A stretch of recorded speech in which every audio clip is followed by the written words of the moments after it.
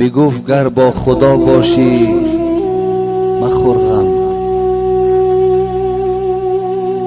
بگفت گر با خدا باشی مخور غم، و چشم خود میار از وهم دلنم. کسی را که نگه دارنده شد هو، کسی را که نگه دارنده شد هو، نمی گردد خیانت تار یک مو.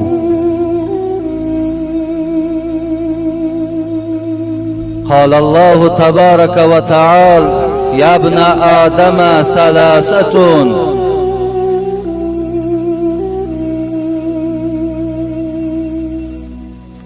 واحدة لی و واحدة لك و واحدة بینی و بینک. برادرای عزیز و گرامی، همه شما را به این روز جمعه، روز سید، این روزی که افضل از این باقی مانده روزهاست، حتی افضلیت دارد از عید رمضان و از عید قربان. این روزی هست که در شرف، در منزلت، در قدر، در ثواب بالاتر از عید رمضان و بالاتر از عید قربان است. شما را به این روز مبارک تبریک و تهنیت میگویم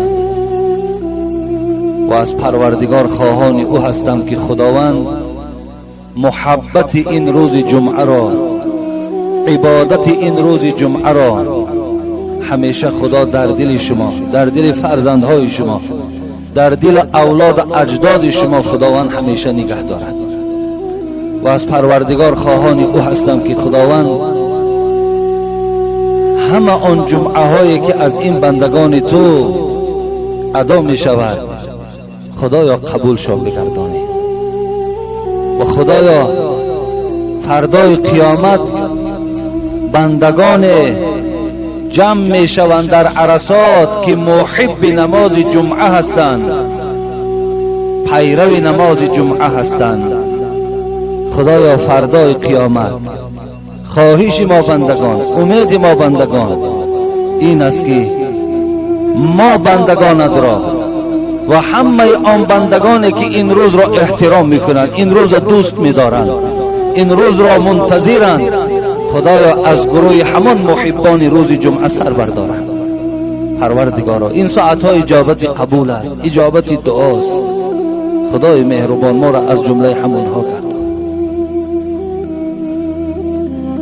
پروردگار گفته بوده است ثلاثة واحدة لی و واحدة لك و واحدة بینی و بینک. این راویش سلمان است که بزار از سلمان روایت میکند. خداوند گفته بوده است سه چیزی هست، یکیش برای من است، دیگرش برای توست ای بندگان خدا، ای فرزند آدم، سومش بین من و بین فرزند آدم است. و اما التی لی، خداوند گفت آن چیزی که از برای من است، تعبدونی ولا تشرکوا بی شیئا، آن چیزی که از برای من است ای فرزند آدم، ای بنده های خدا، الله اعلان دارد این است که مرا عبادت کن و در عبادتی بر من کسی را شریک مگردان. پروردگار خطاب دارد دوست می‌دارم بندگان من مرا عبادت کنین فقط و فقط برای بزرگیم، فقط برای بزرگ بودنم عبادتم کنین،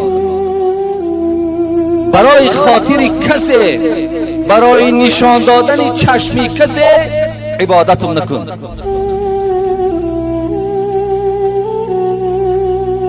شاعر میگفت چو به سجده سر نهادم از زمین صدا برآمد. برای آدمایی که در ذات خدا شریک میارن، برای کسانی که عبادتشون از برای خدا نیست، کسانی که برای همسایه و برای رفیق و برای بیکار ماندن نماز میخوانند، از زمین برای اونا چی صدا می آمده است؟ وقتی تو پیشانیت در زمین می مانده و سبحان ربی الاعلا می گفته، لیکن دل تو این بزرگی خدا را که قبول ندارد، عبادتت که از برای خدا نیست، از زمین خدا به تو چی صدا می آمده است؟ چو به سجده سر نهادم از زمین صدا برآمد که مرا خراب کردی تو به سجده ریایی.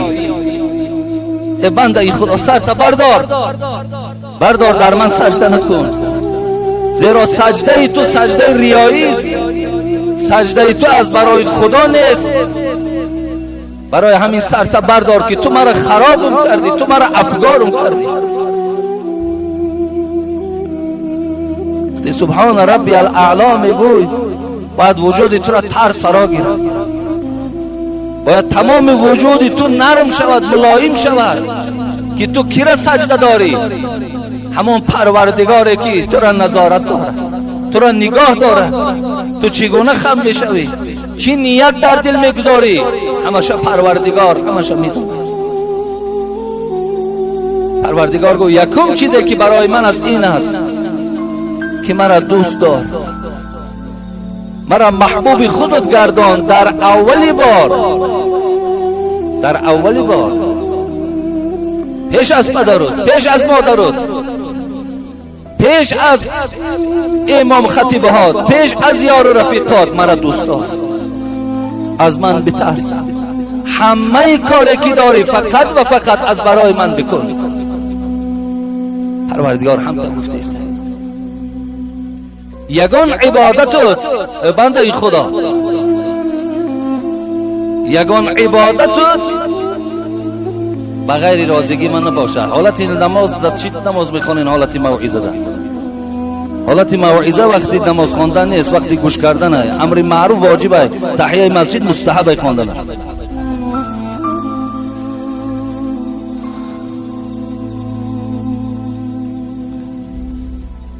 گفتن پروردگار که شریک نیار